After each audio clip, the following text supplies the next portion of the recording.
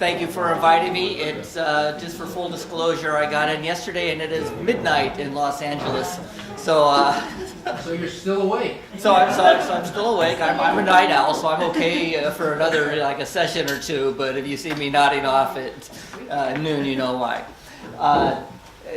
This paper's titled "Why Do Employees Exercise Stock Options Early?" We first had a title that said "Why Do Employees Exercise Early?" I thought it was implied. Then I heard, well, it's because the gym's really busy after work, they're tired. So I went back to something a little more obvious. Although even now, I think we should change the title to something like "Debunking Diversification," which is where you'll see that we're going. Just to give you some ideas, employees exercise options early. This would show from like the S&P 1500 firms what the distribution of options are, and basically most are 10 years options, and of those 10-year options, firms are estimating the expected term of the option is somewhere around 5 to 6 years. In other words, options get exercised long before they're actually they actually expire. If we talk about why would investors exercise early, there's only really one reason, which is dividends, right? In standard option pricing methodology, the only time you'd ever exercise an American option early would be if the firm's about to pay a large dividend, or if it's got a large dividend stream, because dividends, of course, will drag down the stock price because options aren't protected for dividends. That's it. Otherwise, you would hold the option until its final term. What makes employees different? Well, a couple things. One is employee options are non-tradable. They become exercisable early in their term. They're not strictly American options or European options. They become exercisable within the first, let's say, 3 to 4 years out of a typically 10-year term. Why is that early exercise interesting? Well, I'll give you at least 3 reasons. One is it's a voluntary financial decision made by individuals. We're interested in how individuals make decisions. It's also a costly decision because when you exercise early, you essentially, not only do you have to pay the taxes right away, but you've got all the foregone sort of option value that you could have had if you kept holding it on. It's important to us in research or even in compensation design to understand how employees subjectively value the options, because that has implications for the effectiveness and the efficiency of equity compensation in general. And of course, if you're accounting minded, that early exercise has major implications for what's the accounting cost of an option that companies recognize on their financial statements, or it has also implications for what's the opportunity cost of your company granting the options. So I think this has always been sort of interesting to me. It's also true in the literature that sometimes we use late exercise as a proxy for irrational managerial opportunism. Fundamentally related to the diversification motive underlying this idea is the idea that, well, they should have exercised a lot earlier and they didn't. So why do employees exercise early? Well, diversification, duh. If you look at every single, the idea is that employees are risk averse, they're overly exposed to stock price risk. If you look at models of early diversification, these are sort of theoretical mathematical models of early exercise, 100% of them, at least that I've found, are focused on diversification as the primary reason that you would exercise early. We assume a utility function, and we assume a level of risk aversion, and we can have some models to predict when you'll exercise early. Most empirical studies are also focused on implicitly assumed diversification as the primary reason you'd exercise early. There's been some papers that have looked at some psychological motives for early exercise, such as we've had a stock price run up, or we use heuristics like the stock price has just reached a local maximum. There's been no serious attempt to really test whether diversification actually has much explanatory power and why investors actually or employees actually make these decisions. So that's a key thing we're trying to do here. We're going to compare basically 3 different hypotheses. I say we, this is joint work with Marshall Vance, who's now at Virginia Tech. The diversification hypothesis, we know that's this: you exercise early to reduce your exposure to company risk. The realized utility hypothesis is a subset of the disposition effect. You remember the disposition effect in behavioral economics? This is you're likely to hold on to your losers too long, you sell your winners too early. Well established, but not the mechanism. A couple mechanisms have been proposed, and the one that's sort of obvious in terms of early exercise would be this realization activity from like Barbaros and Young, who would say that individuals get their utility from realized gains, not from unrealized gains. And so you exercise your winners too early in order to lock in a gain and realize a gain, because that's when you get utility from it. And so that's going to be especially prevalent if you've reached sort of local historical milestones like the highest stock price observed in the last year or last 2 years, or if you've just had a recent stock price run-up. So that's as far as I can tell, the behavioral explanation that fits early exercise the best. The liquidity hypothesis is probably the most obvious, but the one that's been least studied, which is, gee, employees exercise so they can buy stuff. They're liquidity constrained. A lot of their wealth is in these options that are suddenly worth a lot of money. They want to exercise and buy stuff. One of the problems with testing these hypotheses is that so many of the predictions are really the same. In all cases, if you're going to exercise an option, you'll only do it when the perceived benefits outweigh the perceived costs. The perceived costs are you've got to pay the taxes right away and you lose the foregone option value. The perceived benefits are in the mind of the beholder. It might be for diversification, it might be for realized utility, it might be for liquidity needs. But the costs are the same, and so we would expect under all theories, we would expect that you're going to be more likely to exercise as the spread between the stock price and the exercise price is big relative to the Black-Scholes value. That's sort of a summary statistic or a sufficient statistic for how much money you're going to leave on the table. It's going to be negatively related to what the remaining term is. It's going to be positively related to, are you just about to pay a big dividend?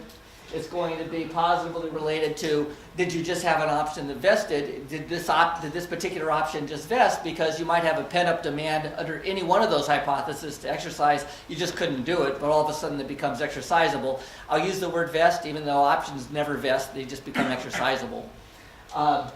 It could be that there's a stock price run-up. Well, if there's a stock price run-up, under the diversification hypothesis, you're less diversified. You want to exercise. Under the realization, you want to lock in a gain. You want to exercise. Under liquidity, you're richer, you're wealthier, you want to consume more, you want to exercise. And finally, you can do the same argument under a stock price milestone. So these are the variables that if you look at studies of early exercise have usually put these in. They don't help us figure out what's really going on. So here's some places where we might get a little bit better handle on it. If we think about it, an individual of having inside wealth, in other words, investments in firm directly related to the firm stock, they have some outside wealth. Some of that might be liquid, some of that might be illiquid. We could have some different implications. So for example, if your inside wealth goes up, so for example, you just got a new restricted stock grant on top of your options, well, realization utility doesn't say anything about that. If you look at the behavioral theories and the evidence, it's usually done on an asset-by-asset basis, and there's not, so there's no reason to think that a new grant of restricted stock, for example, would make you exercise options on that same stock earlier. Under diversification and liquidity, however, we'd expect under both cases, you're more likely to exercise. You become less diversified, and you're wealthier and you want to consume more. If you have an increase in outside liquid wealth, in other words, you just had a restricted stock that vests and you sell that stock, then you'd be less likely to exercise under diversification because you're more diversified. You'd be less likely to exercise under liquidity because you've just got a lot of free cash that is cheaper to spend than to exercise your option. The one we're going to pick on is this last one. What if you had an increase in your illiquid outside wealth? So this makes you more diversified. So the diversification hypothesis, you'll exercise less, but under the liquidity hypothesis, you're more likely to exercise because you're wealthier, you want to consume, but you can't you can't consume that illiquid outside wealth, and so it could be that the exercising your options might be your best way to go. In order to test this, we need a plausible proxy for illiquid outside wealth, and what we're going to use is employee home price, and I'll tell you a little bit more about that in a second. So we're going to try to attempt to distinguish between these hypotheses for early exercise. I'm going to use a 10-year panel of 3,600 managers from 5 firms. I call them managers because they're not all executives, obviously. But they tend not to be the lower level executives. Our time period was after the company stopped. We're giving broad-based grants to everybody. If you look at the existing studies on early exercise, most of them have been based on top-level executives. We're going to show, and others have already shown too, top-level executives just act differently from lower-level executives. And they may have lots of reasons for delaying their exercise, for example, that won't apply to lower-level executives.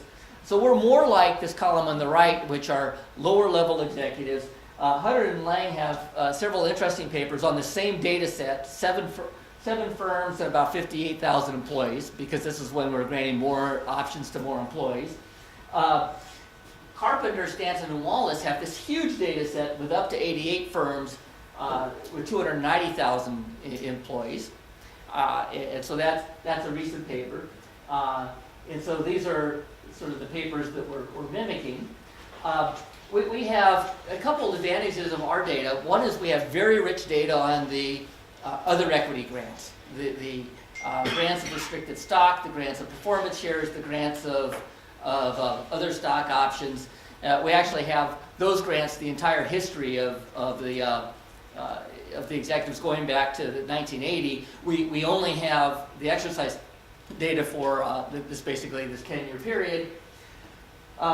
We've got data on employee addresses at the zip code level. And that's what got me sort of excited about this paper, because that's kind of new, because that lets us at least have a proxy for what might be their outside wealth. It should be at least, it's plausible that it's correlated with their home price. It's plausible that the change in home price is a very plausible proxy for what's your change in illiquid outside wealth.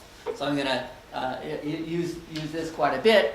We're going to find out that these managers live in zip codes where about 80% of people living in those zip codes are homeowners, and they're of ages between, let's say, 40 and 55, so prime home ownership kind of people. So I don't have data on what their actual addresses are. I don't have data on whether they actually own a home, but they're in the right demographic, in the right zip codes where I think it's a plausible estimate. So we got these data from 5 firms. There's 5 industries. The way this actually happened is we had a major plan administrator that got sufficiently interested that said, okay, I'm going to randomly give you 5 firms. Check out what you want to do with these data, and then come back to us we'll talk about what else we can do. The plan administrator, who has hundreds and hundreds of firms, thought this was so burdensome, they just said, yeah, we're not interested in working with you anymore. They said, come back in another few years and we'll talk to you. So we took this data and ran with it, but maybe there's chances of doing more in the future. They're from different industries, different sizes. They didn't know what we were going to look at, so I don't really think there might be any kind of selection bias here. But one first result is employees don't live near corporate headquarters. I mean, this, for example, is Company 1, and this is where the employees live. It's headquarters in Pennsylvania, but employees are everywhere. If you look at the option-holding employees, they're still scattered quite a bit. Company number 2, headquartered in Boston, but their employees, again, are live in lots of different places across the country. Company number 3 is the same, 4 is the same, 5 is the same. where they're located in Southern California, but up and down the West Coast is where they have employees. Here's the option holding employees. So one cautionary tale is there's been a lot of papers in finance and accounting that have sort of assumed that employees live at the corporate headquarters. This sort of shows that even for these mid-sized companies, that's kind of a lousy assumption, and we get a lot of traction by actually tracking where they live. We're not going to use the variation in distance from headquarters in this paper. We're actually writing another one on insider trading where that becomes kind of interesting. What we are doing here, though, is just using the variation across zip codes and home prices as a source of variation. Here's some summary statistics from our sample. You can see I've separated out executives who I define as the ones who have to report on Form 4s, who are in the C-suite, or actually just take anyone who's been one of the top 1% option holders out of the entire firm sometime during the sample.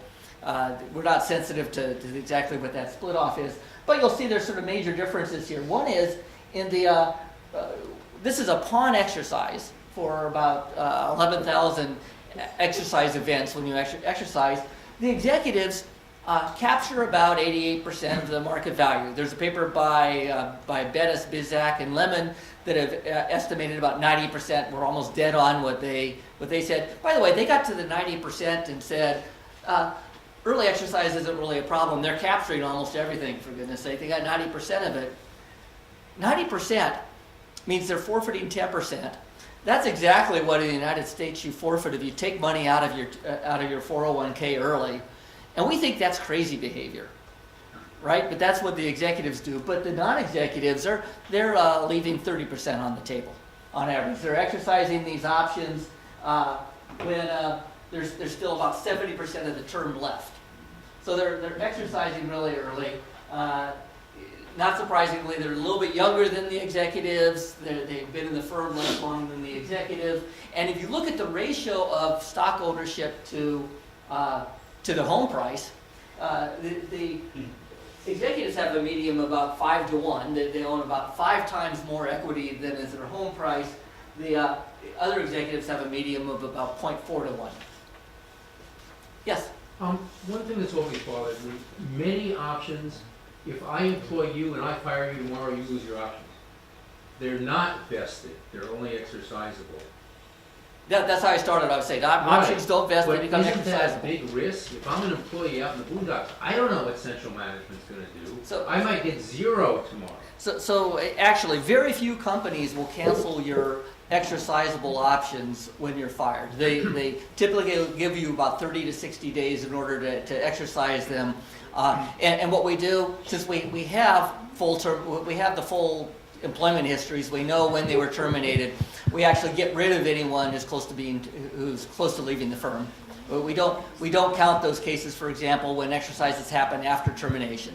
We just drop those from the sample. But you're right. That is another reason, an obvious reason why employees might exercise early is because they have to. They're leaving the firm. We've gotten rid of those from our data, so we're really looking at cases where continuing employees seem to exercise long before they have to. So our home prices, we're using that as the shock to outside income. Under the diversification hypothesis, home prices go up, your exercise should go down because you're more diversified. Under the liquidity hypothesis, your exercise should go up. Under the realization hypothesis, there shouldn't be any effect. And so what we're going to estimate is we've converted this into daily observations.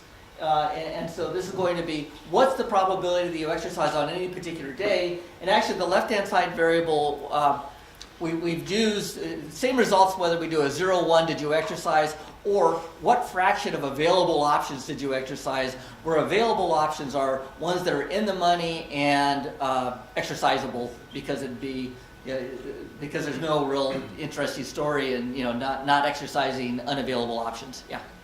So what happens if the entire real estate market goes up and then your home price goes up, but then your alternative home would be just as more expensive as a result? So you don't really consider yourself as having gain a lot of money all of a sudden, right?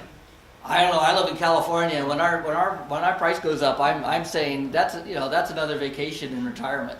Maybe I'm already not thinking about cashing in my house and just buying a new house, but yeah, I can see that that's the case. And by the way, another limitation of the data I should say is that we only have zip code level sort of in the header file. So I don't see people moving over time. I don't see them moving to more expensive or less expensive zip codes. I don't see them upsizing or downsizing or those kind of things. But I can understand it's a point well taken. But of course we're looking at variation across zip codes and home prices. So you can move in retirement to lower price zip codes. I'm just, at the age where I think about that all the time. Hey, Manny, the more questions I take, we'll add those to the. No, I'm happy to take them. Next time. Only clarifying question. Only one clarifying question. Okay. You're saying you become, if the house price goes up, then it's not completely clear. You have a house, you have equity, you have options, and you have another, other assets. And I'm not sure why you're saying one asset goes up. You want to invest more in the other asset rather than investing, in diversifying actually in those other assets which you don't see. Yes, so that's a good point. It's worth mentioning that when I talk about diversification, I really am talking about reducing your exposure to firm risk. Now, of course, when your house price goes up, you become less diversified. You're increasing your exposure to real estate risk, right? And you're right. I'm not touching that. I'm not sure how to think about that in the context of this paper. That would be. Look, I live in Los Angeles. I'm much more exposed to real estate risk than I am if USC goes under. But at the same time, yeah, I'm not handling that here. But it's a point. I'm not sure what that does to the paper, what to the hypothesis. Those are all the control variables. They work about how they're supposed to. You exercise more option more often if the spread is higher relative to the Black-Scholes value. You less more option, more if there's a pending dividend. If your stock price has recently gone up, if there's been a vesting. I'm not going to talk much about those control variables because my key interest in 25 minutes is what happens when your home price goes up. And what's interesting is we see large, statistically significant effects if your home price went up, especially if it went up recently. I find an effect for 1 month, for 2 months, for 1 month, for 3 months, for 6 months. You can see, by the way, the coefficients monotonically decline. By the time we get out to 5 years, I've got negative but insignificant. But the robust results seem to be that you're more likely to exercise when your short-term home price goes up.